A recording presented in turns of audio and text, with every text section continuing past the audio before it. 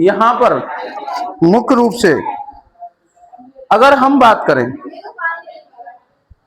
देखो इधर देखें, ऑप्टिक्स के आधार पर अगर हम देखें, प्रैक्टिकल्स व्यू में देखें, इधर देखिए सभी, आवर्धन निकालना, वस्तु की स्थिति, प्रतिबिंब की स्थिति, इधर देखें सब कि लेंस कौन सा है, उत्तल है, उत्तल है, ये फोकस है, ठीक है। अब यहां पर अनंत पर अगर ये वस्तु रखी होती, माना कि मैं पेंसिल, और पेंसिल की जगह पे मैं पेंगुइन को ले रहा हूं, पेंगुइन को ले लिया, ठीक है।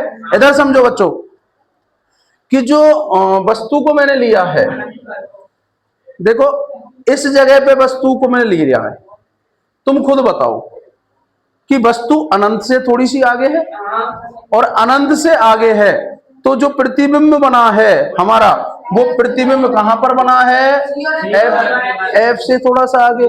माना कि ये वस्तु का प्रतिबिंब, वस्तु को ले लिया अगर हमने सी पे, तो समथिंग देखो बेटो आराम से, ये जब फोकस है यहाँ पे, फोकस दूरी देखो, इसमें रिड्यूस ऑफ कर्वेट, अगर मैं कर्व को और बढ़ाऊं, कर्व रेडियस बढ़ रही है। अब देखो माना कि मैंने वस्तु को लिया है, ठीक है, सेंटीमीटर, प्रिंसिपल के आधार पर अगर हम देखें, नियम ये है, अगर वस्तु इस जगह पर है तो प्रतिबिंब कहां बनेगा, ये डायमीटर्स वगैरह ये आगे की बातें हैं, कक्षा 10 के लिए चलता है, ठीक है। अब देखो मैंने माना कि ये फोकस को यहां पर, फोकस को वस्तु को यहां पर ले लिया, तो फोकस पे कभी भी प्रकाश की किरणें मिलेंगी क्या, कहां मिलेगा, अनंत पे बनेगा। अब ठीक है, थोड़ा सा इससे आगे ले लिया मैंने, तो देखो वही कंडीशन आ गई, सीधा बन रहा है, बड़ा बन रहा है, ठीक है। अब देखो सुन लो बच्चों, आवर्धन का मतलब क्या होता है, जैसे मैंने स्केल लिया, स्केल से इसको नापा, अब ये ऊंचाई हो गई, माना कि कितने सेंटीमीटर की वस्तु बन रही है, 90 सेंटीमीटर की, लेकिन प्रतिबिंब देखो, प्रतिबिंब तो बहुत बड़ा बन रहा है, तो ये कितना बड़ा है, ठीक है, इसको आवर्धन कहेंगे। क्या कहेंगे, आवर्धन। दूसरी कंडीशन ये है कि यदि हम देखें यहां से या नापे, देखो स्केल से अगर मैं नाप रहा हूं, अब देखो यहां वस्तु जो थी वो कितनी दूरी पर थी, बोलो 40 सेंटीमीटर पर, लेकिन अगर इस वस्तु को नापूं तो मैं कितनी सेंटीमीटर पे हो गई, 140। 140 में अगर मैं भाग दे दूं किसका, 40 का, तो मुझे क्या निकल जाएगी, आवर्धन का। आवर्धन दो प्रकार से निकल सकता है, कितने प्रकार से निकल सकता है, दो प्रकार से निकल सकता है, ठीक है। आगे देखें, अब देखो ये जो दिया हुआ है, रेज कहां कहां से आएंगी, चित्र को और छोटा करें अपन,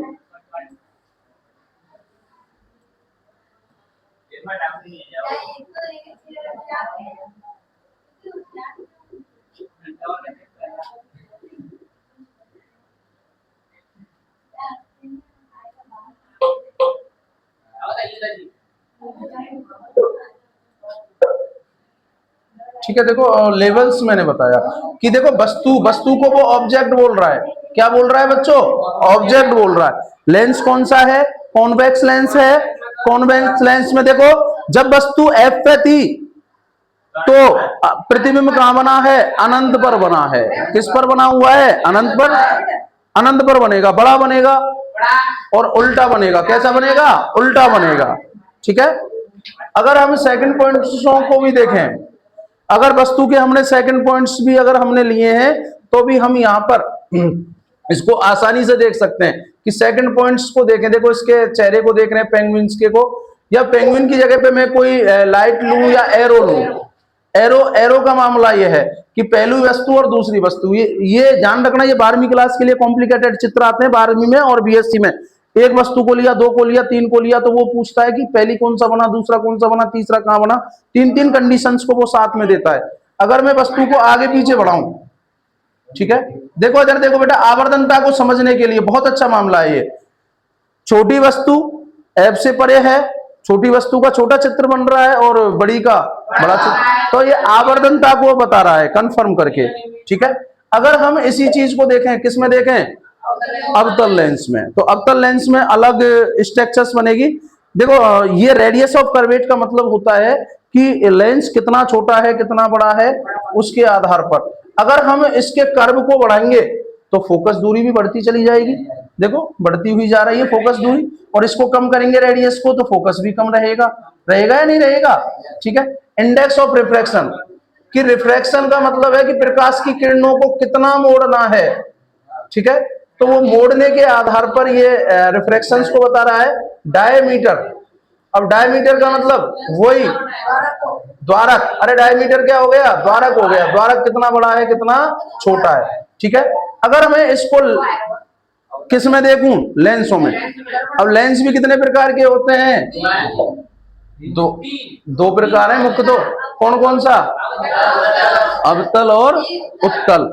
लेकिन तीसरा ये समतल है। ये बेटा लेंस दर्पण है ये। अब मैं दर्पण की बात कर रहा हूं। मैं दर्पण देखो, दर्पण मुख्य रूप से ये तो हो गए दोनों गोलीय दर्पण। ये कौन सा पॉलिश पीछे है तो कौन सा दर्पण होगा, अवतल होगा। और अगर इधर पॉलिश होती तो, ठीक है। अब देखो उत्तल में कंडीशन कितनी बनेंगी, दो बनेंगी। देखो इस उत्तल दर्पण में हमेशा ही प्रतिबिंब कैसा बनेगा, सीधा। ठीक है, लेकिन अनंत पर अगर हम इसको ले जाएं अनंत पर तो वो छोटा बनेगा, वहां पर बिंदु बिंदु के समान बनेगा। ठीक है। हाँ, दूसरी बात, अगर मैं समतल दर्पण की कंडीशन भी देखूं जो तुम घर पे देखते हो, तो मुख्य रूप से अनंत के बाद में जितनी भी स्थिति है, देखो प्रतिबिंब कैसा बनता है, सीधा बनता है। तो ध्यान रखना, ये बहुत अच्छा पेपर में प्रश्न आया था कि ऐसे कौन कौन से दर्पण है जो सीधा प्रतिबिंब बनाते हैं। तो समतल और उत्तल दर्पण। ठीक है, देखो अब देखो यहाँ पे डायमीटर्स, मैं इसकी डायमीटर्स को बढ़ा रहा हूं, यानी कि वही डायमीटर्स को बढ़ाऊं तो ये टेढ़ा होता चला जाएगा। देखो और ज्यादा टेढ़ा होता चला जाएगा। ठीक है, यानी हाँ बताओ,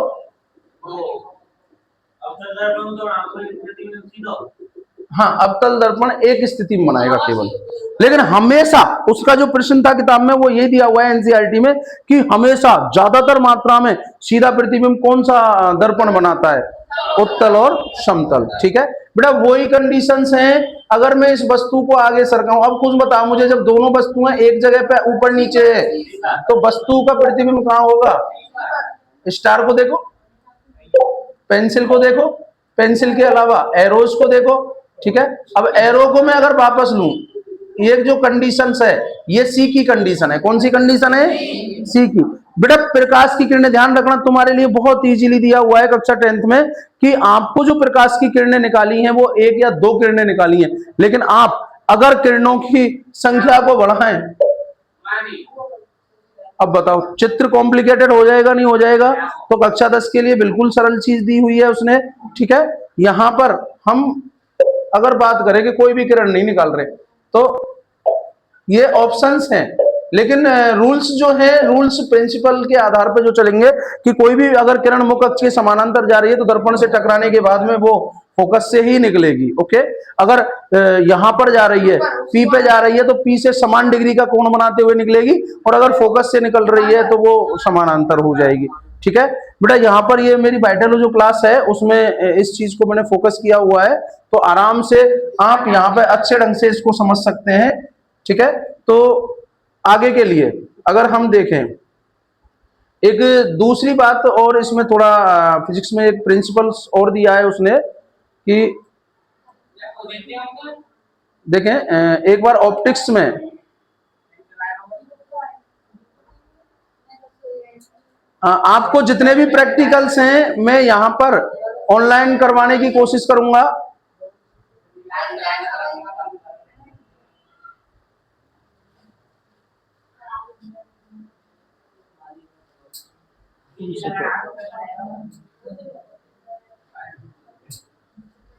देखना बेटा, और लेंस वाला कौन सा है, ये हो गया क्या।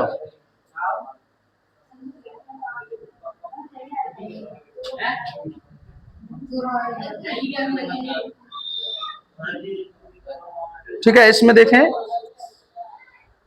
प्रैक्टिकल्स वे में अगर हम देखें, देखो ये एक बिल्कुल बहुत ही अच्छा स्मार्ट तरीका है, आप यहां पर समझ सकते हैं। बताओ लेंस में समझेंगे या मिरर्स में आप देखना चाहते। लेंस में देखो एक बार कि लेंस में हुआ क्या। हाँ, लेंस की क्षमता क्यों नहीं बताएगा, सारी चीजें बता रहा है वो। देखो फोकल लेंस किसकी क्षमता बताएगा, फोकल लेंस। ठीक है, फोकल जो लेंथ है, माना कि ये 18 मीटर है, इसको मैं करूं 100,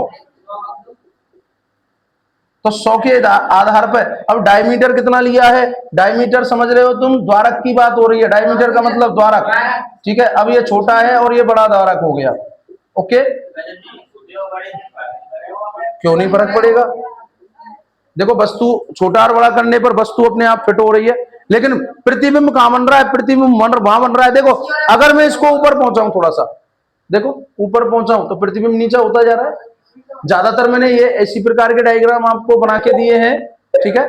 ये डायग्राम मैंने फाइनली आपको बना के दिए हैं, ठीक है। अगर मैं इस प्रतिबिंब को यहां ले जाऊं, अनंत पर ले जाऊं, फोकस पर, तो अनंत पर बनेगा, ठीक है।